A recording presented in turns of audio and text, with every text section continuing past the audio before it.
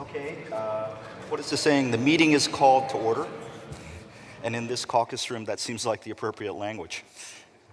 My name is Kenneth Oy. I'm a professor at MIT in Engineering Systems and Political Science, and a faculty associate of the Center for Biomedical Innovation. And it's my great pleasure to welcome you to this meeting. I just want to note that interest in the topic, international collaboration on better use of evidence and data, is something that is of interest all over the world. Of course, we have the EU and we have the United States here, but I just got off the plane from Korea, where a meeting in their National Assembly was focusing on issues that are almost precisely the same as the ones that we're considering here today. So let me stop the long introduction, turn to my colleague and friend Sarah Garner, who will introduce our first speaker. Sarah. Thank you very much. It's my absolutely delighted pleasure to introduce the Right Honourable Sheldon Whitehouse, who's been instrumental in passing some of the healthcare reforms in the US. Has got, for the purpose of this meeting, got a very special interest in health information technology and looking at how we can bridge through the theory through to the actual practice now. So I will give the floor to you. Thank you, Sarah. Well, it's a pleasure for me to be with you all this morning, and I usually don't have my days begin with a lovely person calling me both right and honorable. That's a Britishism. We don't really do that over here. And I think as a senator over here on the House side, the House people would say we're never right and rarely honorable. So it's a wonderful start to the day. I wanted to give a little bit about my history with this issue, because what on earth does a senator know about this, and why on earth would he be speaking to you? And then tell you a little bit about what I think are the urgent issues that we have to address in this space, and then what is the importance of it, why this counts so much, and why I care so much about it. I started years ago after reading the Crossing the Quality Chasm report and its pair, trying to figure out how we could fix Rhode Island's healthcare system and take advantage of ways to cut through the cost and the waste. And clearly at the heart of it was bringing the information systems up to par. The Economist magazine had just done an issue on the American health information system, saying that it was second to the bottom of all American industries. The only one that was worse was the mining industry. You can imagine how much the mining industry has need of information technology compared to the health sector, so that was another spur. So this was a while ago, so we were starting doing things like e-prescribing, and we got that done, and pretty soon every pharmacy in Rhode Island had e-prescribing. And then we started trying to figure out how to get the doctors to agree on what a common health record should look like, what should be in it, and we worked with eClinicalWorks for many years on that, and we got all of our doctors on board, all the major practices agreeing that this was a good thing to do. And this was all done through a group I founded called the Rhode Island Quality Institute. And after a while, the Quality Institute came to believe that, we could help with those things, but what we were really going to need to do was to make sure that information transferred from place to place, that information exchange was the key. And until you had that, great equipment on your desk was wonderful. It's like having a really nice car in your garage. You can go out, you can listen to the radio, you can run the air conditioning, you can beep the horn, you can have all sorts of fun. But if there's not a really robust road system for it to connect to, you've missed a lot of the value of the equipment. So then we really got to work on building a full-on health information exchange, and Rhode Island has one of the best and most robust and complete ones in the country right now in the form of current care. So I've also lived through what a challenge getting that done was. I mean, here was this absolute avalanche of money pouring into meaningful use. And over here, where the use was so much more meaningful, the information exchange was so much more essential, we were scrambling and grabbing, trying to win every competitive grant and just barely keeping our head above water. And sometimes being told, very annoyingly, what is your business plan for making this succeed? And that drove me nuts. I said, what's the FAA's business plan for making air traffic control succeed? What's the Highway Administration's plan for making highway planning succeed? You know, it's infrastructure. And you do the infrastructure right, and then people come in and work it, and that's where business plans, you support business plans. You don't have one when you're infrastructure. So it's been a long fight, and it brings me to where we are today. I would say that the two important things that we most need to address are, as you've guessed, information exchange. And we're working because there's been a very good set of hearings in the Senate Help Committee. I think Chairman Alexander and our ranking member, Patty Murray, have now hosted 5 hearings on this issue, which is a lot in the Senate. And they've been very interesting, very bipartisan, very active, very good turnout from members. So, and we're working on doing a bunch of legislation. One of my clear focuses is we've got to improve the information exchange. And we've got to shift from a meaningful use paradigm where you're rewarding people for putting equipment on their desks to one where you're supporting that equipment so that it becomes a business necessity to have it because the value proposition is so powerfully strong that it becomes irresistible. And that's the place where we're at. The second big thing is that I see that there's a change coming in data access. And if we can figure out, solve the problem of how you truly anonymize healthcare data so that people can get access to it without violating HIPAA, without violating people's privacy, and the fancy quants can come in and start grinding through all that data and developing their algorithms and doing all that stuff, we're going to learn things that we never thought we'd know because we never had the data sets before. And we're going to be able to test different modes of care in ways that we couldn't test before. And I think it creates a whole new industry. I mean, it's kind of like a mini internet within the internet for health information that is made possible only by the access to that health information through a really robust health information technology. So those, for me, are the two big goals that we have to achieve in the years ahead, with any luck in the months ahead. Get behind information exchange in a truly powerful way and crack the nut of how you can get anonymized data out there. We're building an all-payer claims database in Rhode Island, and we're trying to do it piece by piece, but once again, it's hard to do. Bureaucracies are challenging things to work with, and most bureaucracies want to make the maximum number of people happy. So if there's somebody at the head of the trail who's actually chopping trail, and a big crowd of people waiting back down the trail for the trail to be cleared to figure out what to do, the bureaucracy will tend to send money and good things to the people who are just sitting there doing nothing, but they're the most of them, so they're all happy. And there the poor folks are who are up chopping trail and doing all the hard work, and they don't get the resources they need to actually drive the trail forward. And once the trail's done, everybody else will walk it, but you gotta put your money there. So the last thing I'll say is this. We have seen briefings by the chairman of the Joint Chiefs of Staff, for instance, saying that the most important national security issue that the United States faces is our deficit and our debt. Not this minute, but in terms of long-term, what's coming at us, number one national security issue is the debt and the deficit. And whether you are Democratic President Barack Obama or incoming, perhaps, House Speaker Paul Ryan, you've said the same thing, which is the debt and the deficit is really all about healthcare cost. If we could get out-year healthcare cost under control, the debt and the deficit, that's a snap now. And we are not going to get those out-year costs under control if we don't have good information systems that support both the kind of research into best type of care that opening up the data would support, and full-on, robust, proper health information exchange so that when you log in, you know that you're in a robust system. If we can do those things, then you can start to take the cost out of the system. The American healthcare system, according to the OECD comparisons, I'm sure you've all seen this graph, it's got on its vertical axis how long people live in the country, and it's got on its horizontal axis how much the healthcare system costs per capita. And there's a whole crowd about here of everybody.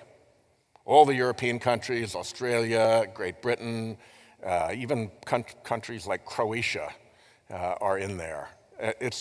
There's a very solid crowd.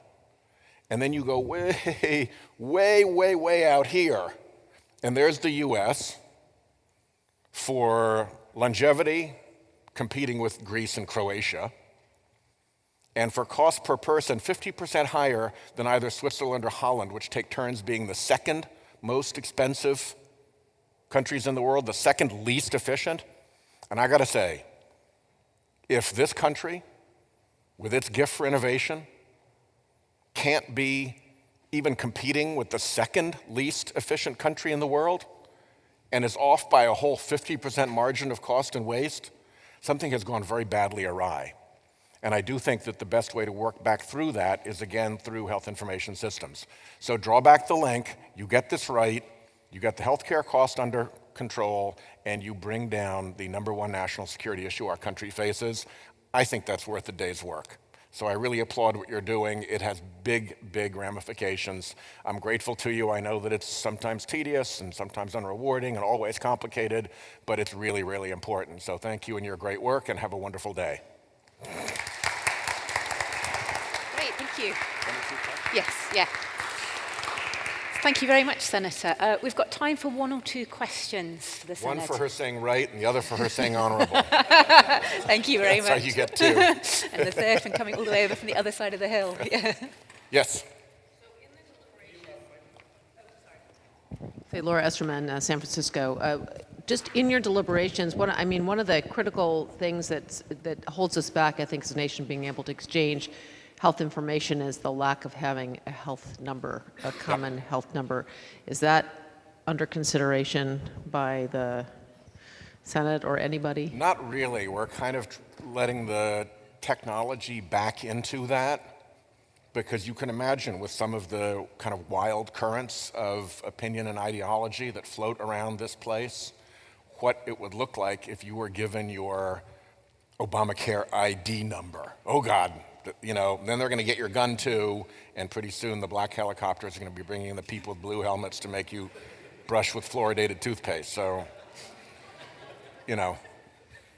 we're kind of trying to figure out how to let that happen through the development of the technology without imposing it.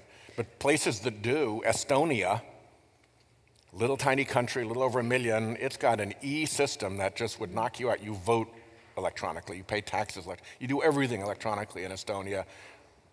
Companies are flocking there because it does have this thing for e-governance and e-commerce. And when you're born, the first thing they give you is your number, and there you're in your electronic health record, but they don't have the same ideological issues that we do. I've got a gentleman at the back. 21st century cures bill doing in the Senate? I honestly don't know. I think we're going to be going ahead with what we have in the HELP committee and seeing where that goes.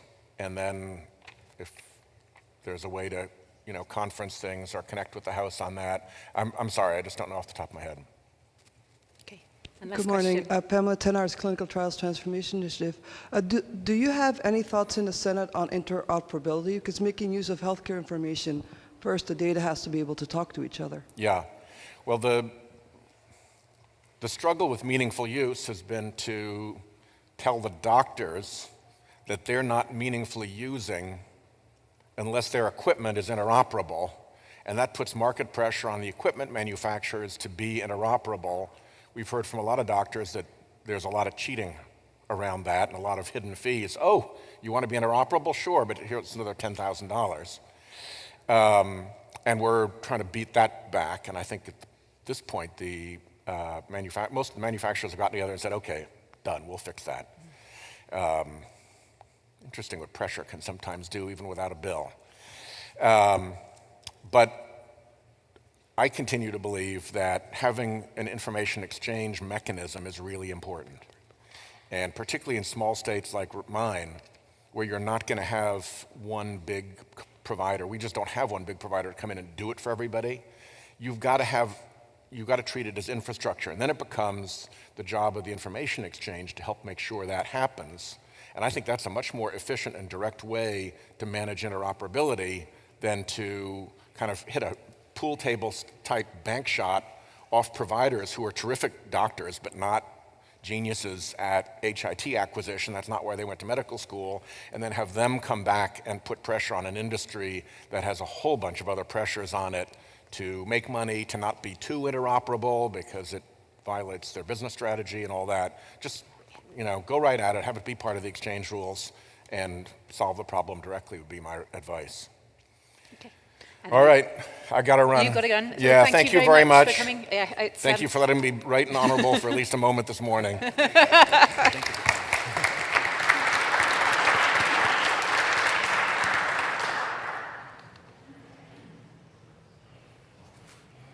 Okay, so what we're going to do is proceed with our next three speakers and then do brief questioning of them as a group, hopefully knitting together some of the themes, and then turning to you for an extended Q&A. So it's my great pleasure to introduce the Right Honorable Hans-Georg Eichler, the Senior Medical Officer of the European Medicines Agency. Hans-Georg traveled all the way across the pond. Senator Whitehouse deserves credit for traveling an even greater distance, I think, from the Senate to the House side of the hill.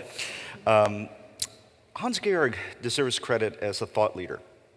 And it's very rare that pretentious academics acknowledge debt to regulators as the source of important new ideas on data access, and on better use of information to manage risk and uncertainty over the life cycle of drugs. It's a great pleasure to introduce Hans-Georg.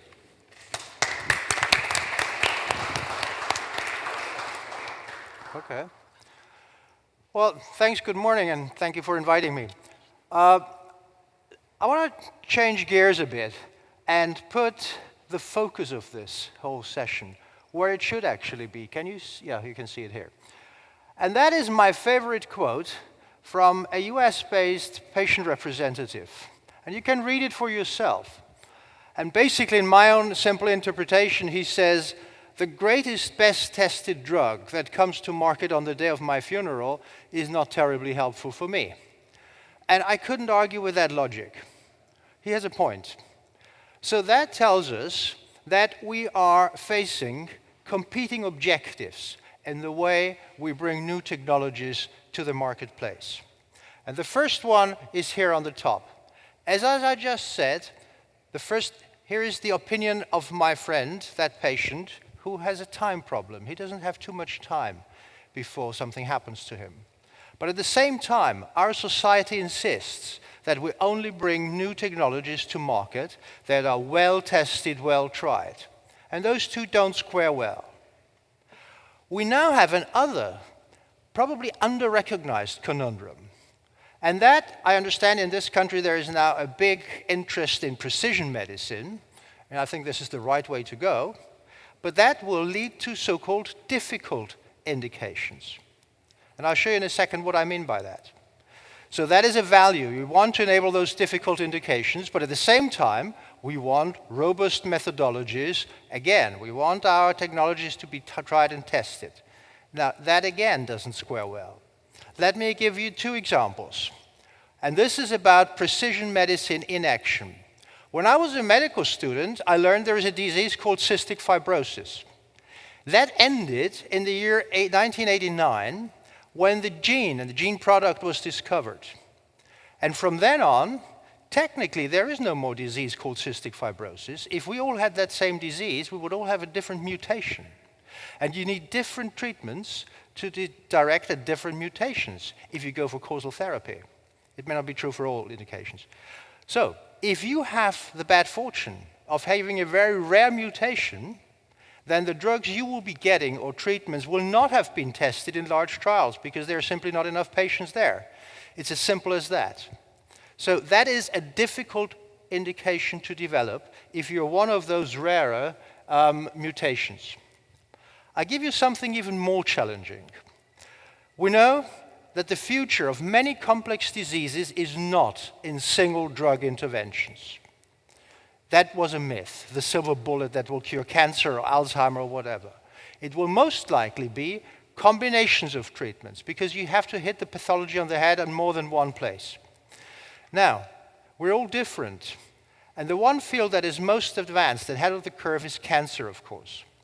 So we now understand that if you've got a cancer, say all of us have one cancer, colon cancer, each of these cancers will have different driving mutations. So you may have A, B, and C, and the gentleman over there has D, E, and F. Now, if you want to treat those, and these are actionable mutations in the sense that you have a specific treatment that can target those mutations, you'd have to give them different combinations. And someone did something very elegant and simple, something that you can do on your pocket calculator.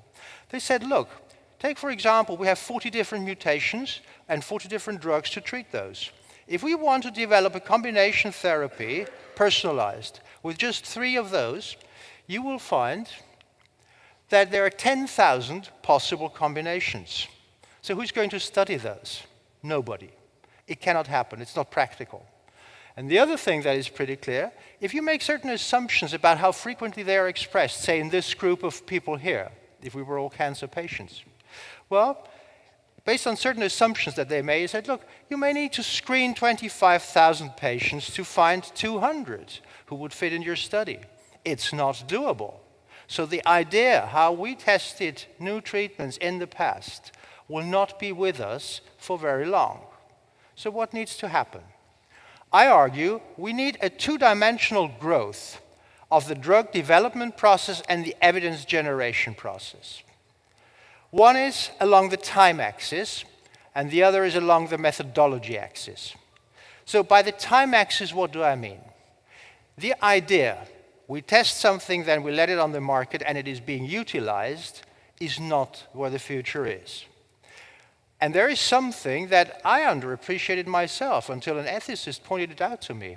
Today, we live in a world where you say, this is the research phase. You sign an informed consent. If you are a study patient, you go through IRBs. But then comes the utilization phase, and all is free. That will have to be blurred, that distinction. We'll be in a continuum of learning and doing in practice. We need the continuing learning during the on-market phase. We have to capture the exposure and the treatment experience, and this is where I totally agree with the Right Honourable Senator, that we not only have to generate the infrastructure for the data, we also have to find a way to make it usable. So he's totally spot on.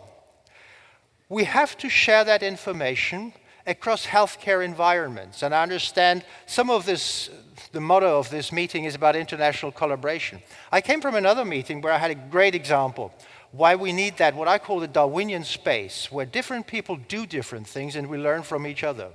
The example is the 2009 flu pandemic. As this happened, all the countries scrambled to get their vaccines, to vaccinate their population. It so happened that different countries had different vaccines. Suddenly it emerged that only in Northern Europe there was a problem with narcolepsy. That is a very rare side effect. Not in Southern Europe, not in Canada, not in the US. So, what do you learn from that?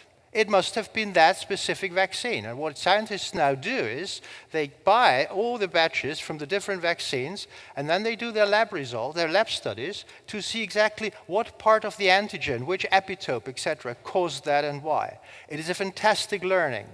If we couldn't share all these data, both the epidemiologic and the basic lab science, we wouldn't get any further for the next time around. And we need certainly rapid cycle evaluations. What I mean by that is we learn online and we make decisions online. We modify our policies as we go. Again, in the coming complexity, it's the only way that we can manage our health innovation and bringing innovation to market. So that was the growth along the time axis. At the same time, we need to grow along the methodology axis. And that tells you how old I am, I still grew up under the mantra, if it isn't randomized data, don't look at it. It's no use. It will always be wrong. Well, I mean, we have to unlearn that.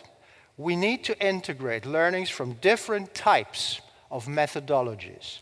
And of course, the observational studies and data that come from the healthcare system have to be put to use. We have to learn when they go wrong, how to treat those biases. We have to learn to integrate all these different sources into decision making. And in the process, we need some standardizations, whether it is common data standards, ideally common data models, common outcome criteria, so that we can all agree what we are measuring, what we are looking at, will help us greatly.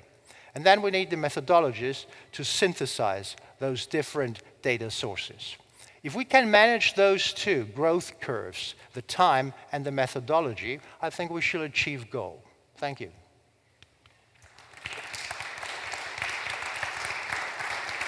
So we're going to move on to Lynn next. So thank you very much. You make it sound so simple.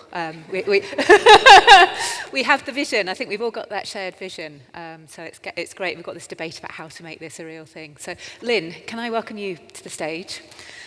Delighted again to introduce Lynn Hudson. So Lynn's got a background in neurology, so she's very experienced in the lab and has now moved into policy. So she's got that very good shared vision about the reality, practicalities, and the policy thing. So Lynn, thank you. I thank the organizers for inviting the Critical Path Institute, also known as CPATH, to this timely gathering. So CPATH Consortium operate in the pre-competitive space where members share data and expertise to develop new methods or tools such as biomarkers, clinical trial endpoints, modeling and simulation tools, all which can be used to evaluate the safety and effectiveness of medical products. The tools developed by the consortia are then made freely and widely available. In our 10 years of building and running consortia, we've aimed to expand this pre-competitive space. A decade ago, it was pretty radical to get a handful of industry scientists together in a room to talk about what their pain points are and really how to best tackle those challenges. It's taken a culture shift both in academia and in industry to turn competitors into collaborators, and some entities are still not willing to collaborate. So why collaborate? No single organization has the adequate resources, expertise, or data to solve the complex issues that collaborative efforts undertake. By collaborating, we share costs and the risk of developing evidence to advance regulatory science. Nowhere is the need for collaboration more urgent than for our most vulnerable population, neonates. The last medication to be developed specifically for neonates and approved by regulatory authorities was surfactant back in 1991. The challenges of designing and executing clinical trials for neonates are so great that, as Hans-Georg Eichler just pointed out, we can't move the needle without new models for evidence generation. A related pediatric initiative is to establish a sustainable infrastructure for conducting pediatric trials. I understand that there's an IMI2 proposal for an European pediatric network, and these two efforts are perfectly aligned since there's now global momentum for a generic pediatric infrastructure. An IMI2 pediatric network will allow Europe to partner directly with the US while maintaining its own strengths.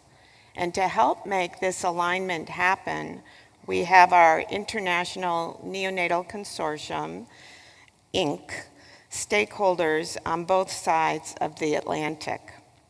So for Inc., we've tapped into an international community with members from Europe, US, Japan, Canada, Australia, South Korea, regulators from 4 countries.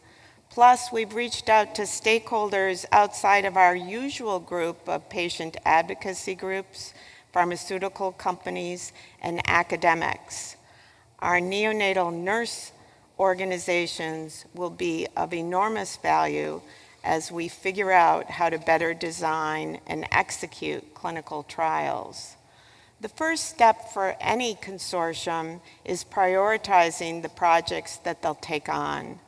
Because 90% of the drugs used in neonatal intensive care are used off-label, meaning there's little evidence of their safety or efficacy, Inc. is focused on those conditions most commonly encountered in NICUs, together with the prevention of preterm birth. With the May launch of Inc. at the EMA, we started to draft a master protocol for trials to evaluate seizure medications, establish a definition for bronchopulmonary dysplasia, draft a white paper on the clinical pharmacology of neonates, and carry out a landscape analysis of what neonatal data is available for consortium research.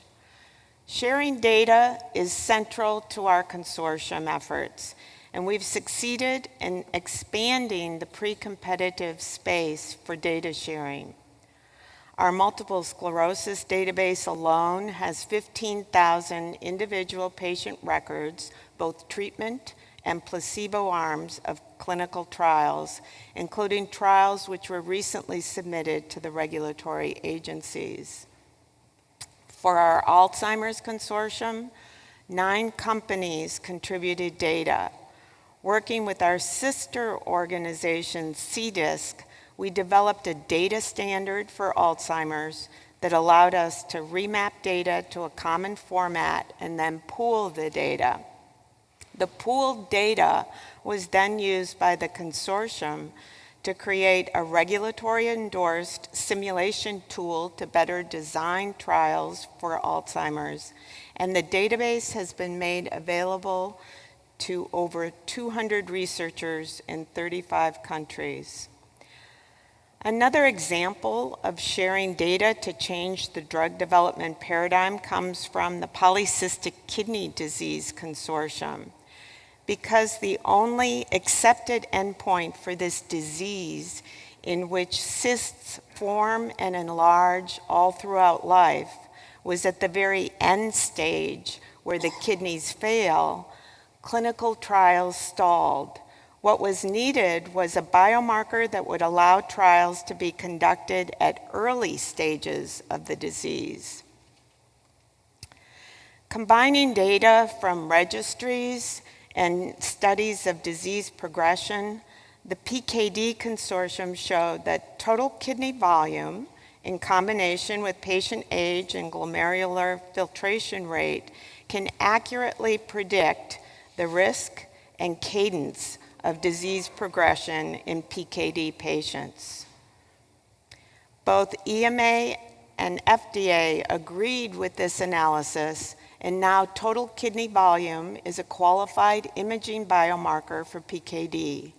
Already, several companies started using this biomarker during the enrollment and conduct of their trials.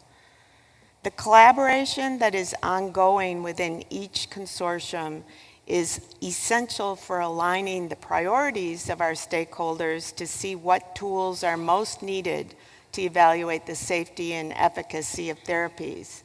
Just as important is the alignment of different consortia to avoid duplication of efforts. Our Predictive Safety Testing Consortium is actively collaborating with both the FNIH Biomarkers Consortium to qualify clinical biomarkers of kidney injury and IMI's Safer and Faster Evidence-Based Translation, or SAFE-T. Likewise, for tuberculosis programs, CPA's Critical Path to TB Drug Regimens collaborates with IMI's Predict TB. So our consortia develop tools for use in clinical trials, yet for even more bang for the buck, some of these same tools can be used in routine healthcare. For example, the performance measures that we aim to qualify for multiple sclerosis trials, which include measures of walking speed, information processing speed, dexterity, can all be set up for use in the home or in the doctor's office. Also, when our consortia sort through the various standards of care used for a particular disease in order to figure out the best control arm for a trial, they can analyze which standard of care is associated with better outcomes. That info can feed back to change medical practice. So we'll continue collaborating for better science and better health. Thank you.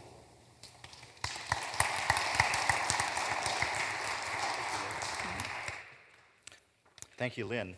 Our next speaker and our last of the keynote speakers is Pierre from IMI.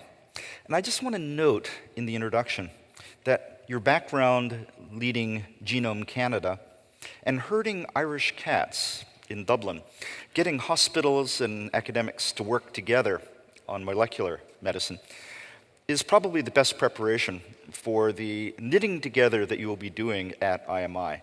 It's a great pleasure to introduce you, and what we'll do is turn to a little bit of crosstalk across the panel. So after Pierre's speech, I'd like folks to come on up, and then we can go with a little bit of questions and answers across, and then open it to the floor. Pierre, thank you. Okay. Very self-explanatory, just the two arrows. Right, thank you. Yeah, works. Even I can do that. Thank you very much to the organizers for inviting IMI to tell you a little bit about what we're doing. And thank you to Hans-Georg and Lynn and the Senator, of course, for setting the scene. Indeed, the collaboration is, the word collaboration is key for us, and we appreciate the collaborations we have with both Hans-Georg and Lynn in their respective organizations, and of course, many, many more. So a little bit about the Innovative Medicines Initiative. It started in 2008, and we actually have allocated all 2 billion euro of funds for IMI 1, and now we're just starting IMI 2. And actually, I've been in the job for 6 weeks, so I'm pretty fresh to the scene. And in IMI 2, a little more money, a little more expansive in scope, and I'll tell you a little bit more about this collaborative platform in a minute. The funders, of course, public monies come from the European Commission for IMI2 through Horizon 2020 program that I think Roxandra will refer to in her comments later on this evening, and through the European Federation of Pharmaceutical Industries Association for the private sector.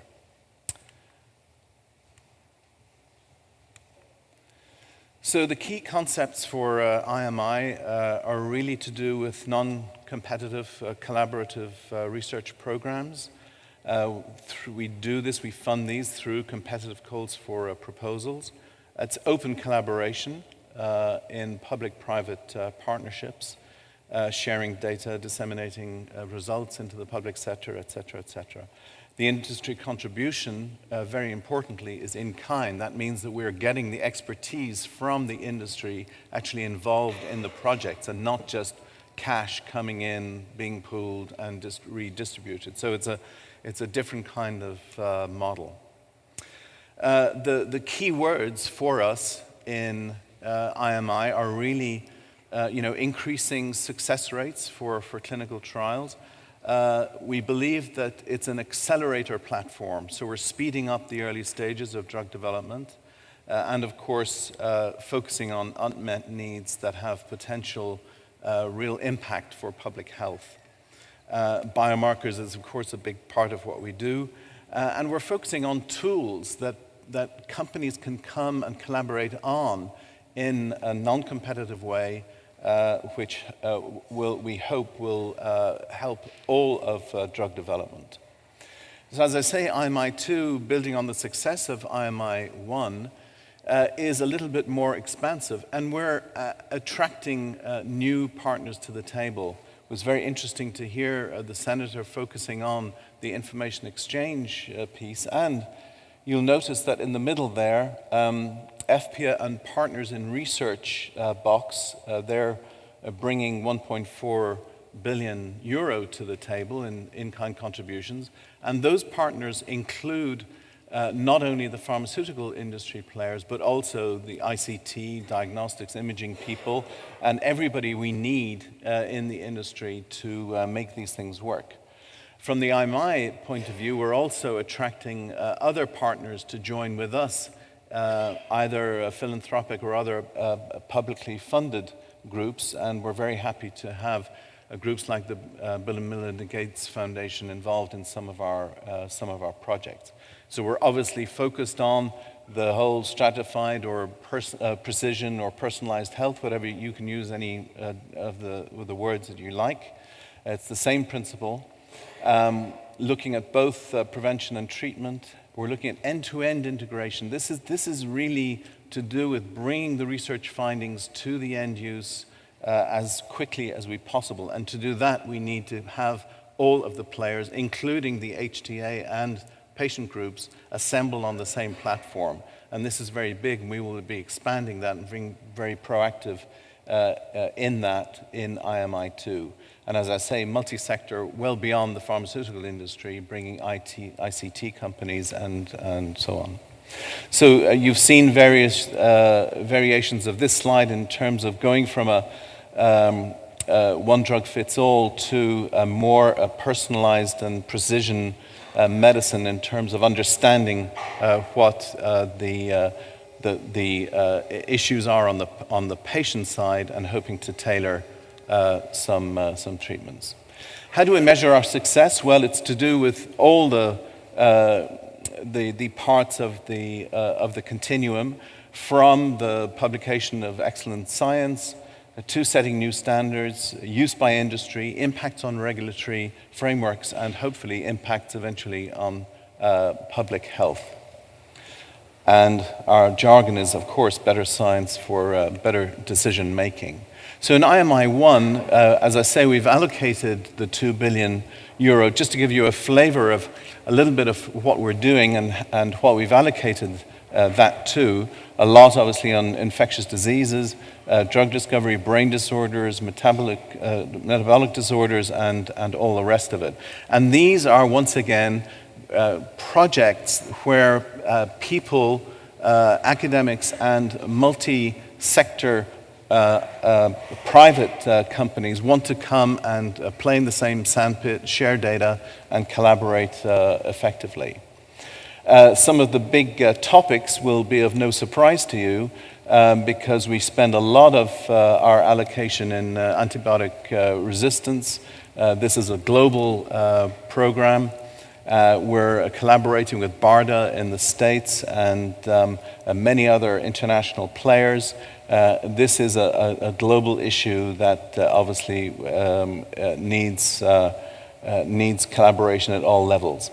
And we have 7 projects, and we're investing about 700 million euro into this platform, and we're expanding our sites to include many international partners on this. Alzheimer's disease, another global issue, and we have a lot going on here as well, not only in terms of the biomarkers that could distinguish patients that have different types of Alzheimer's, but also really looking at a brand new way of looking at the taxonomy of disease in the neurosciences in general.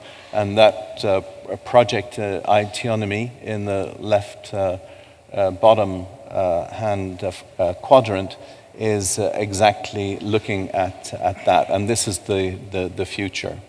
On the neuroscience aspect, we've also doing a lot of things in autism, obviously an important condition, and where no medications have been designed specifically to look at that condition. So that's That's being done, and actually the group has published in very prominent journals, and the editors of Nature thought that one particular finding linking autism with the age of the father made the front page of Nature not so long ago. So the scientific output has been quite impressive. You can see the numbers there, but it's not only, it's the full spectrum of impacts that we're looking at. And some of the projects are obviously publish a lot, but others have great outputs in terms of just the network, the collaborative forces that have been created through some of these projects, where they be in rheumatoid arthritis or infectious disease or whatever. Also, the industry has brought in some of the tools that have been developed through IMI projects, and this is another many companies bringing in, for example, the cell, human beta cell line, and other biomarkers that have been brought into the industry. Once again, many industries are bringing these technologies in, and in the regulatory framework, we have a lot of interaction with EMA. And EMA are very much engaged in the results of the projects of IMI, and using those to change things that they do on the regulatory side. We also have had some success in SME expansion and bringing new companies to fruition and getting them reinvested, although we need to do a lot more in that space as well. So in conclusion then, we believe that IMI is a productive public-private partnership for innovative medicines. It's a magnet for collaboration and co-investment. We do believe in this end-to-end integration between the research and the consumer for innovation, including HTA and payers. And this, I think, we need to do more of in IMI2 to bring that the complete continuum together. And it is a neutral platform for pharmaceutical companies to collaborate together and share data and knowledge. And again, an open model, including being very inclusive in getting other stakeholders involved as we can. And in my first 6 weeks in the job, I've already coined the phrase, if IMI did not exist, you'd have to create it. So thanks very much for your attention, and thanks. Great. Could we ask all the three speakers to come up, please, and take a seat? So I'm delighted when I hear you talk about greater involvement of HTA agencies, obviously coming from NICE. So, and it's certainly something we welcome, because we're obviously faced with all the innovation that this has created. So actually understanding how we operate will ensure it's pulled through and actually implemented. So it's great. So I'm going to take the first question, and then I think Ken's going to follow up the second one. So my first question is about collaboration. And we've talked a lot about collaboration, both with the critical path and IMI, EMA. You're heavily involved in a number of projects. So how can we foster that transatlantic collaboration, which is going to be so important when we're looking at the science of this? What would be your top tips for fostering that? I'll start with Hannah. Well, let me start then. Well, I think obviously common goals. We need to align ourselves around big topics. I think AMR, for example, is a great topic where we can easily start talking to people on this side of the pond, because it's been identified by the government of the US as a key piece. So I think that's the first thing. And then there's a language thing. So you mentioned you were pleased to hear the HTA involvement, and as you know, we try and involve patients and payers as well. And it's still considered by payers as what I call innovation pushers. We push innovation, and I don't think that we do a great job in articulating a value proposition that payers understand. And so when we talk about collaboration, there's a language issue. And I think we need to understand other people's languages, what makes the partner or potential partner tick. And I think we need to do a much better job in understanding where other people are coming from. Absolutely, understanding the first thing. Lynn, what are your thoughts? Yes, so I think that Pierre was referring to partly some of the top-down of aligning priorities, where the IMI knows what projects they're going after, and we also know. But what we find is been more effective for us is sort of the ground up. So the people that are actually working on these different projects start to see how our consortia can work together, how we really are doing overlapping types of things. And that was brought out for our safety biomarkers, where people on both sides of the Atlantic figured out that they were honing in on the same safety biomarkers. So you only want one consortium really pulling everything together finally for regulatory review. So the people are from the same companies, some of the same people work on both sides of the Atlantic, and that's really a powerful way to drive the collaborations. Thank you. Hans-Georg, your thoughts? Yeah, I totally agree with what my colleagues here have said. I'm thinking back of the experience between our organizations, FDA here and the EMA on the other side. The collaboration works best when it concentrates on a narrow, well-defined, actionable problem.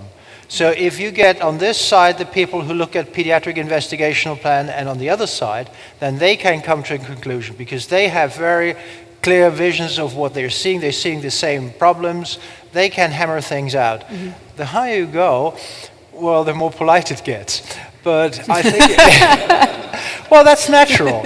But I think having a concrete, actionable problem is probably the best catalyzer for collaboration. Yeah, so you've got to get right down in the detail to actually understand the issue. I agree, Lynn. And let me just add that when we try to qualify different biomarkers, we try to align FDA and EMA. We want to be able to send in the same package to both agencies. Mm-hmm. So we get different questions and comments from each agency and different requirements.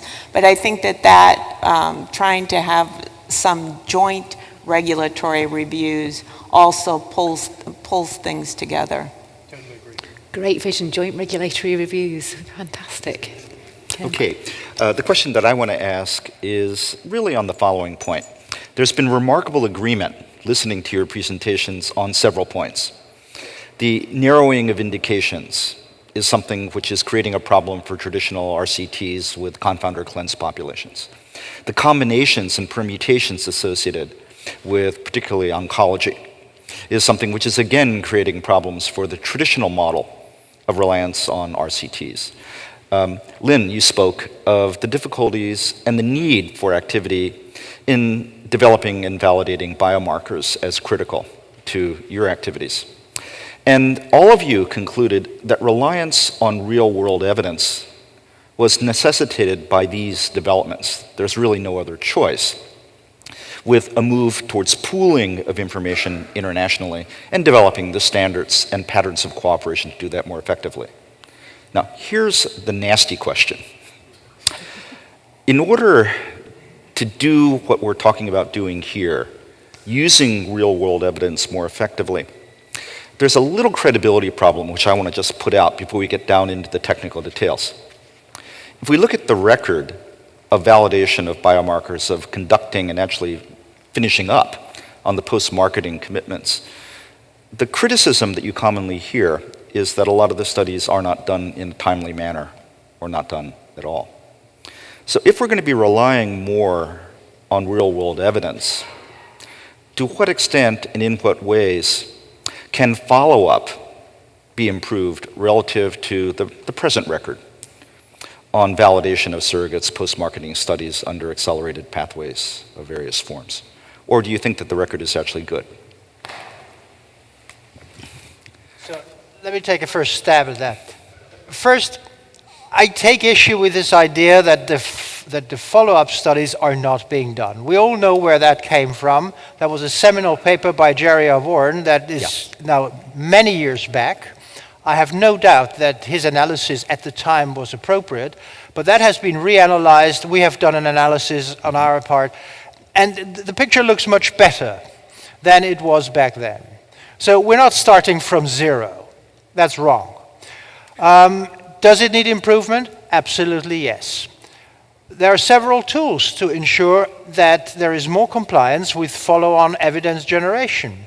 We have better legal tools now than we used to have 10 years ago. Certainly in Europe, maybe someone from FDA could comment on the FDA side, so we have teeth. We can force companies to do what they promised. Having said that, I do admit sometimes we tell companies to do studies that are not doable. Sometimes a company came back to us and said, look, all the ethics committees we submitted this to rejected it. They said it was unethical. So maybe we have to scratch our own heads. Now, as we get more into the observational space, and I'm not sure we want to use this word real world data because it is tainted sort of, it's sloppy, it's incomplete, it's biased by definition. Registries. So as we get into that, as the infrastructure gets better, as we solve the problem of how we can share, maybe not the data, that is tricky, but the information that is gleaned from the data, I'm quite confident that the track record of follow-on will be improved over time. Lynn, Pierre. Well, you bring up a very critical point regarding data like biomarkers not being to validate what it looks like promising discoveries. And that kind of validation, I think, has to be done with some rigorous clinical trials. We can't rely on real-world data to supply that. But I think that what we're trying to aim for, we don't have it now, but if we can get enough standardization of data, both using data standards, standardizing the methods that are used to collect that data and analyze that data, we can get to a point where the real world data can be more and more useful. We can rely on it. Thank you. I just have one thing to add, and that is a more sort of futuristic thing, because the data sets and the information technologies that we're going to have in a short time, 5 years from now, the whole science background, the science baseline will be completely different from it is today, and the way we deal with that information will be completely different. And I think there we're on a progressive evolution of what's happening. And yes, one can point in any one time and say, well, we're not doing this right, or this hasn't worked, or this isn't properly validated, or this, etc. But when you look in the grand scheme of things, we can speculate and predict that the advance in technologies and science will be such that in 5 years' time, the whole scene will be asking completely different questions. Thank you very much. So we've exercised our prerogative with some questions, and we now turn it open to the floor. Microphones are circulating. I think we have a question in the front. And if you could please introduce yourself as you raise your question. Yes, Nigel Cook, Novartis. We've heard a lot this morning about a culture or a vision of increased collaboration, increased partnership, increased data sharing. And yet we have an industry where the walls of secrecy have been erected quite high around individual pharma companies, between pharma companies and stakeholders, even between stakeholders. Do you think those walls have come down or are coming down, or are we just seeing the tip of the iceberg in terms of sharing at the moment? Let me just say that Novartis is one of my favorite member companies because they have shared so much data with us. So it's been amazing to see the amount of data that's come forward.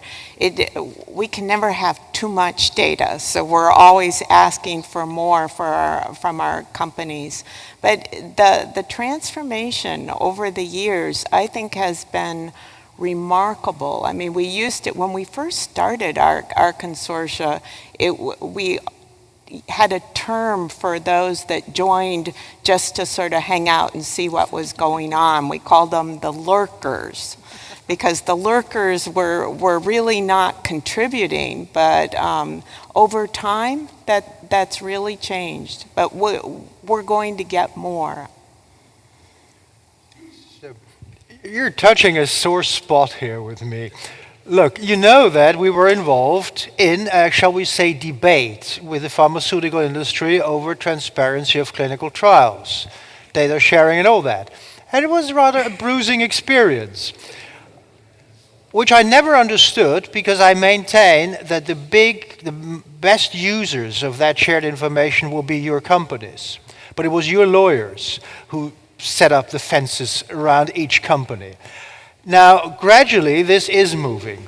Let's just hope and be positive that this will have knock-on effects on other areas where collaboration between companies could be useful. Maybe I shouldn't say more about this. Yes, so I think once again it is a moving target. I think the beginning is promising, but I think it is the beginning of something. One of the projects in our portfolio in IMI is on new drug development for cancer. And everybody has agreed in that consortium that every piece of information is not only shared within the consortium, but is available publicly. So it's based on the Structural Genomics Consortium model, and it is totally open access.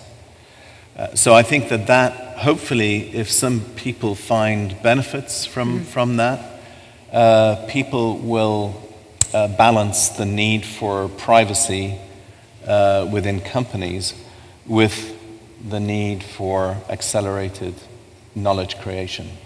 And I think that is the accelerated knowledge creation that I believe is going to be the prime driver in the end.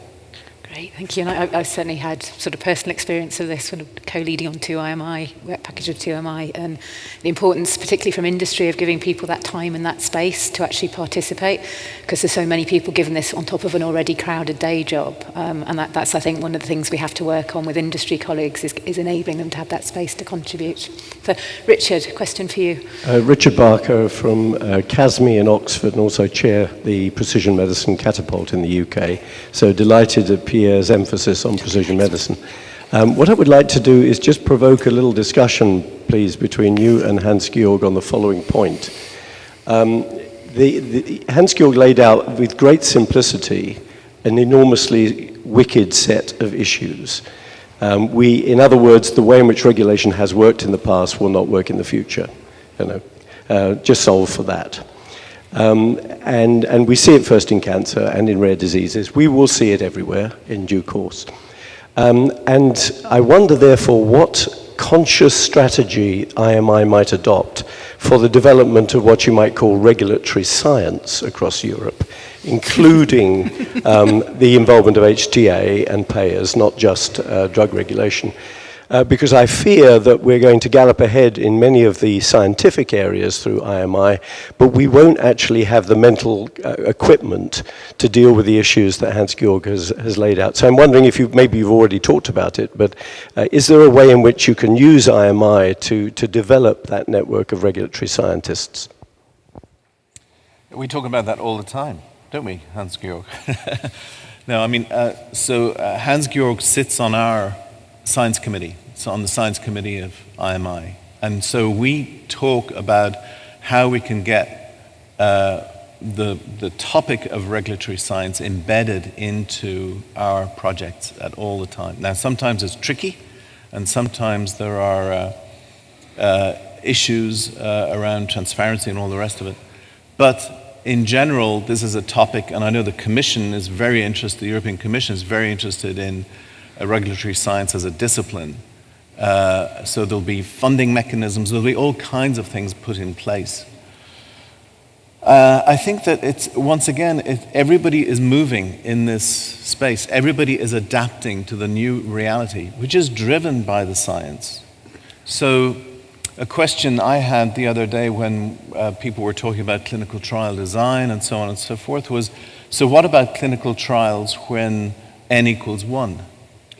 We're going into a position now for cancer therapies where and the blurring of research and use and access to medicines. This is all happening right now, especially in the oncology field and in rare diseases, of course. So I think that is going to be, the science is still going to be driving and is going to be pushing everyone, including funders like ourselves, right? We have to adapt constantly our own model of partnership and collaboration because the field is moving so quickly. Okay. Let's see. Why don't we move over to this side? And again, if you could identify yourself, please. Thank you. Jessica Scott from GSK. I wanted to just comment that there's data sharing for external researchers to gain access to clinical trial data in a controlled access environment. And then there's data sharing with consortia. So I was just wondering if you might speak to the value of both of those data sharing efforts. Of course, GSK and Novartis and others are a part of the one platform where data is being shared across 12 or so pharmaceutical companies. But that's for individual research teams to use the data for secondary research.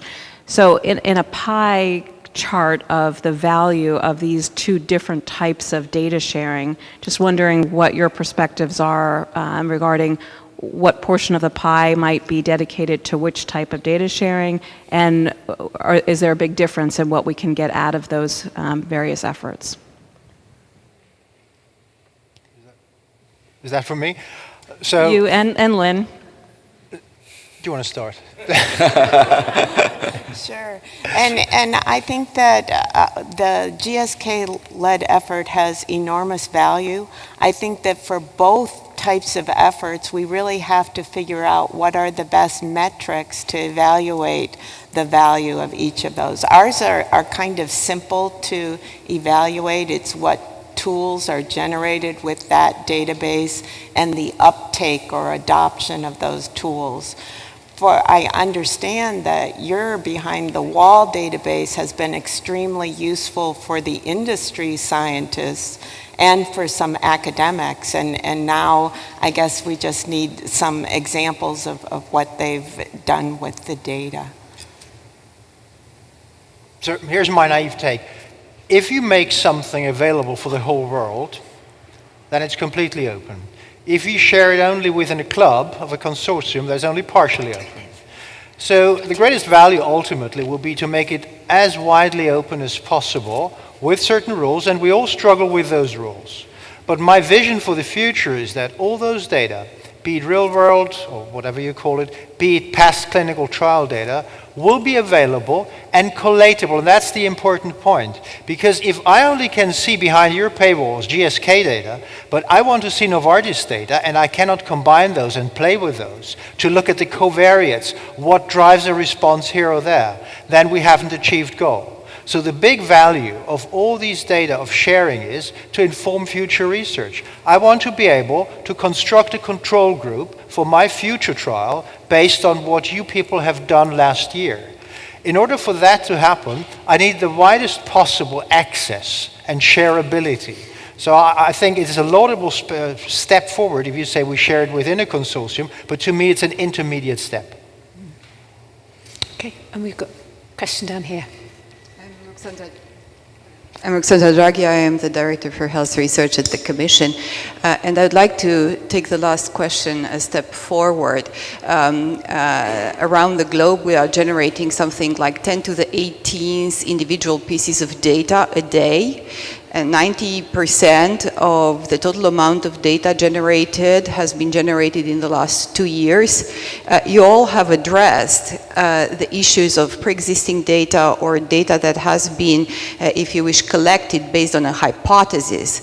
But in order to deliver on these new models of healthcare, probably we will have to develop new hypotheses or even go to a fishing expedition and look at all this newly generated data in a very innovative ways.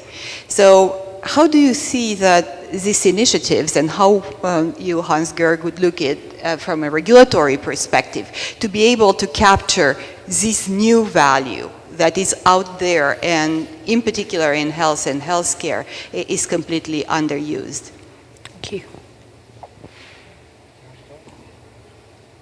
I mean, so I think once again we're on a spectrum, and I think the information highways that will be developed over the next few years will help us.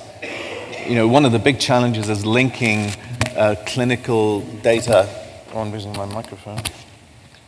Clinical data with genomic and molecular profiling and imaging data at scale. And I think that challenge with the patient registries and the rest of it, I think that's where we're going to get the real value in being able to properly design trials and bring new medicines and new interventions into healthcare.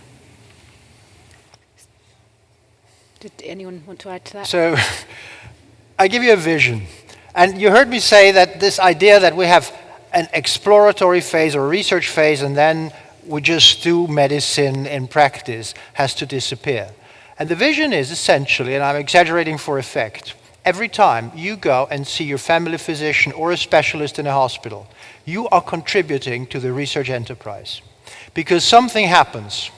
Assuming that this is captured in a truthful way, then that should go in and help assess the technologies that have been used on you and to see how did they fare, why did you respond to something and not your neighbor. All of that we have to integrate into this learning process. So you need for that the governance structure, you need the infrastructure, and you need something else. Those rapid evaluation tools that can almost give you an online evaluation of what is going on. We're doing this, the FDA doing it, we're doing it with the adverse event reports that come in. So while we speak here, somewhere a computer at the EMA or at the FDA is crunching through all these data looking for signals. And that is a very narrow thing to do. It's very circumscribed. But we have to broaden this so that we have a much bigger knowledge base to react faster to new information as it comes in. So we have to harness that information. If I could pose a follow-up question on that. With much more data available and analytic methods that will generate a large number of hypotheses on safety effects, on efficacy, and on effectiveness, many of the signals are not going to be correct.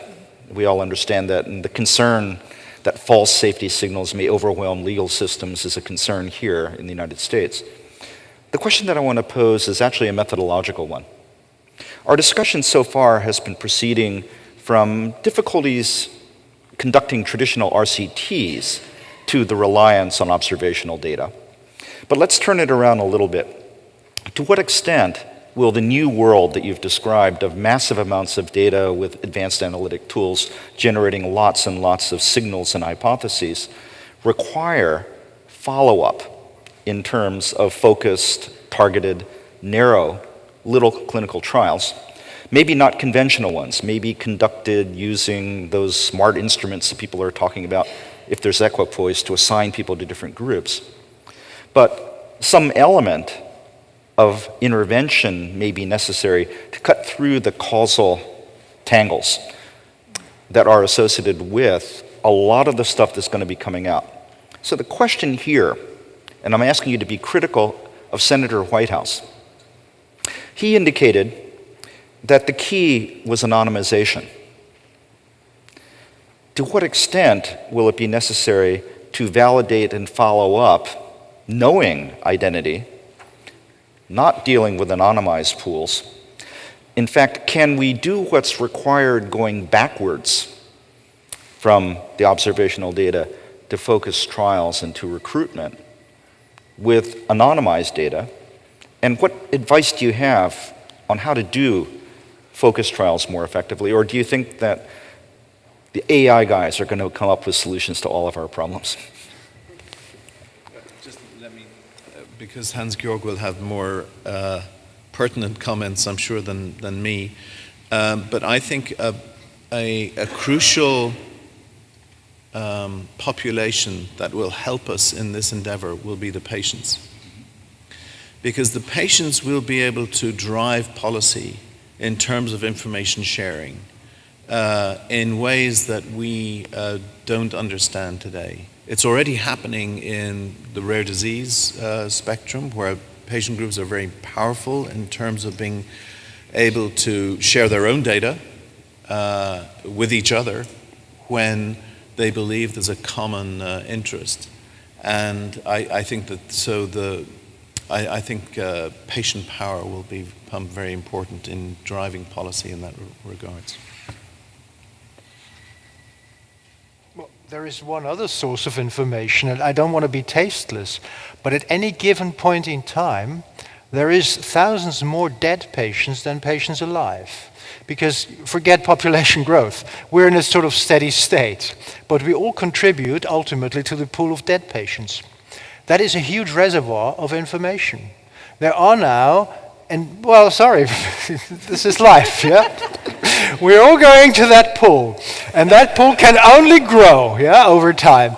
And it will be richer and richer and richer. And there are now endeavors. I know the EORTC is doing one. So they do biobanks and the patient information. The patient has died last year, but his information, what did he respond to? What was his genome? That we can retroactively find out. That would be a huge source of information and learning.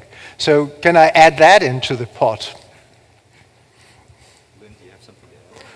I would just echo what Pierre said about when we deal with patients in our consortia, privacy is not their concern. They're not so concerned about anonymization of data. They want their data to be used. And it's always a problem for rare diseases because you can never de-identify the data for that. So we don't see that as the same issue as our senator from Rhode Island. Okay, we have a question. So I think pursuant to that, there's, as Laura Esterman, San Francisco, I think what's in the way of this great vision is the fact that there are many countries where you can't share data. And it's actually an issue in Europe, and I mean, it's an issue everywhere, in the US, everywhere. So there's a great vision, and yes, patients buy into it, but then there's the practical reality. I mean, I think there's even a recent ruling in Europe, you can't send data outside of your country, you can't send it to the cloud, or what, I mean, how are we gonna, is this a place for all of us to get together, you with the IMI, whatever, the European Medicines Agency, it's to really help try and make it clear that in trials that clinical data should be shared and can be shared. What kind of power do you have to resolve some of these issues or challenges? Well, thanks for reminding. Thanks for reminding me that I come from an area that has historical data protection. We know that. Yes. Yeah. Yeah. Of course, historical reasons and yeah. I think there has to be a groundswell, mostly coming from patients, to help convince those who set those rules that this is an anti-commons. This is not in the best interest of society at large. And as long as we don't have that, as long as we have our bureaucrats, and whenever we do something, we are being told, and in Europe there is an office, I forgot what the name of them is, they always come in and say, no, sorry, can't do that. Yeah? So we have to overcome that. And maybe it has to come from patients who donate a priori. I understand in the US there will be this 1 million American cohorts. That's probably the right way to do it. There could easily be many more. That is one way. And another is certainly political agitation. And the third one is we have to learn that you don't have to necessarily share the data. Because there are some, even within Europe, with all our wars and anxieties, there are some successful collaborations where data were not shared, but they were jointly analyzed. And then you can collate the results from that. So you don't necessarily have to share and let data fly.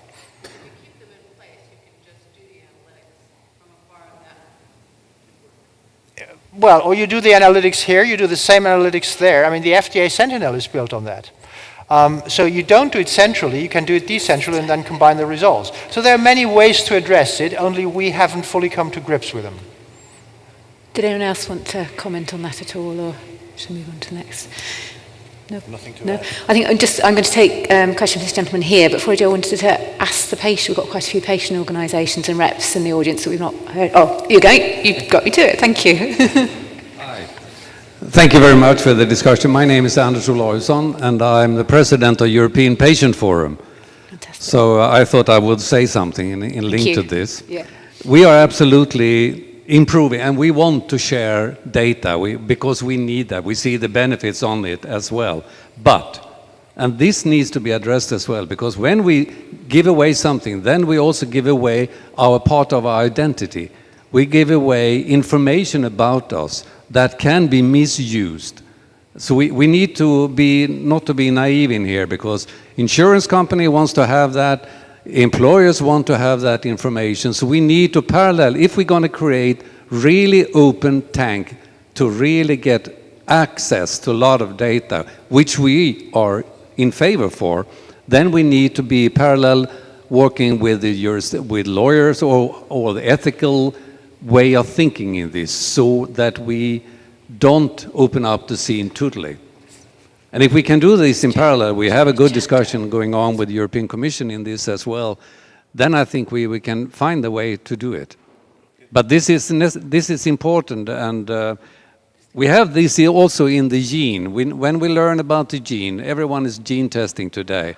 So we give away a part of our identity, and the new way, which Hans-Georg said earlier, we have a new society.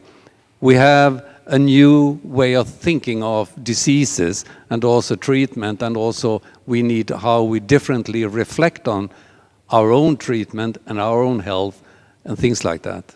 So this is really multitasking. Thank you. It needs your leadership. I'm here. That's why I'm here. I was going to ask the question back, actually, in terms of, do we think that we should bring insurance companies on board in some of our projects to discuss these issues and bring them on? Sorry. Yeah. Insurance companies on the project. And I wonder how actually explaining what we're doing or trying to do as well. I'm not seeing that communication going out in a very easily understandable way. It's got very polarized into ethical issues and data governance issues, and that's I think the message is getting lost in there.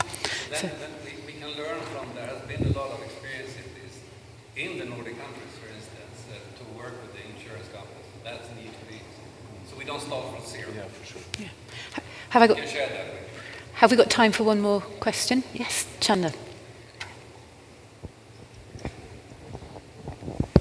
Hi, I'm Chandra Sehgal. I'm from Canada, and I think this is a really interesting panel discussion. And Hans, you touched on one of your slides about common data standards, and I think that is the holy grail in my view, because there can be a goodwill, there can be a lot of systems in place to share information, as long as, whether we call it real world evidence or whatever we want to call it, but if that data is not captured in a standardized format, none of that information sharing is going to be as useful as it should be.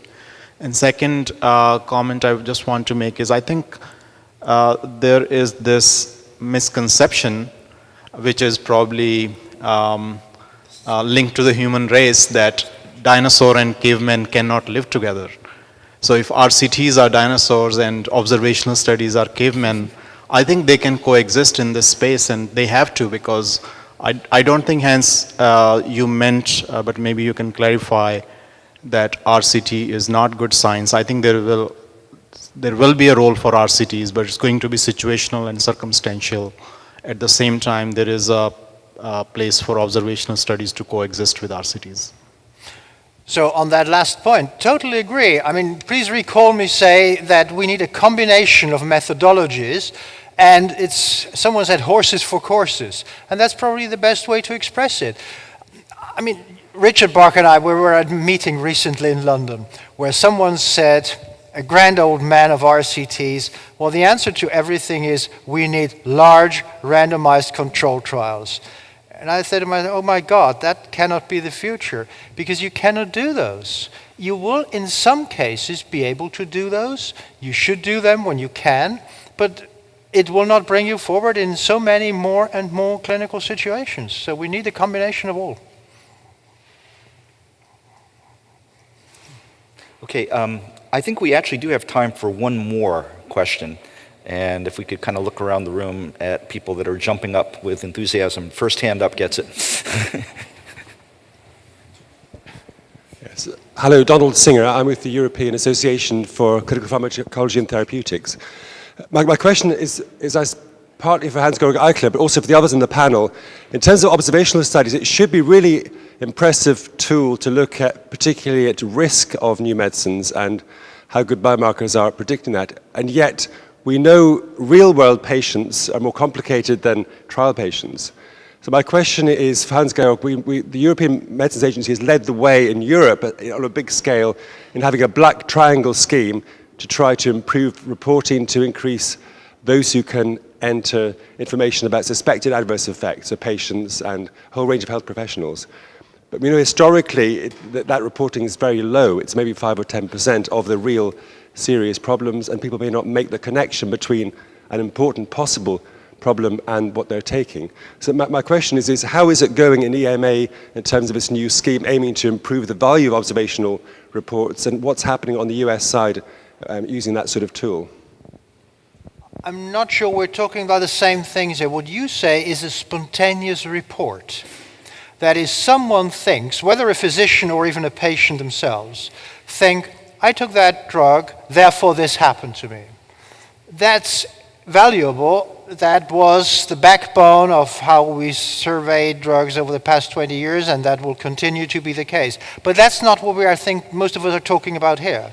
What we're talking about here is, you see a physician, that physician reports nothing, you report nothing, because you don't even think you should, or it doesn't occur to you, but still, what happened to you may be a positive or negative effect of a particular treatment.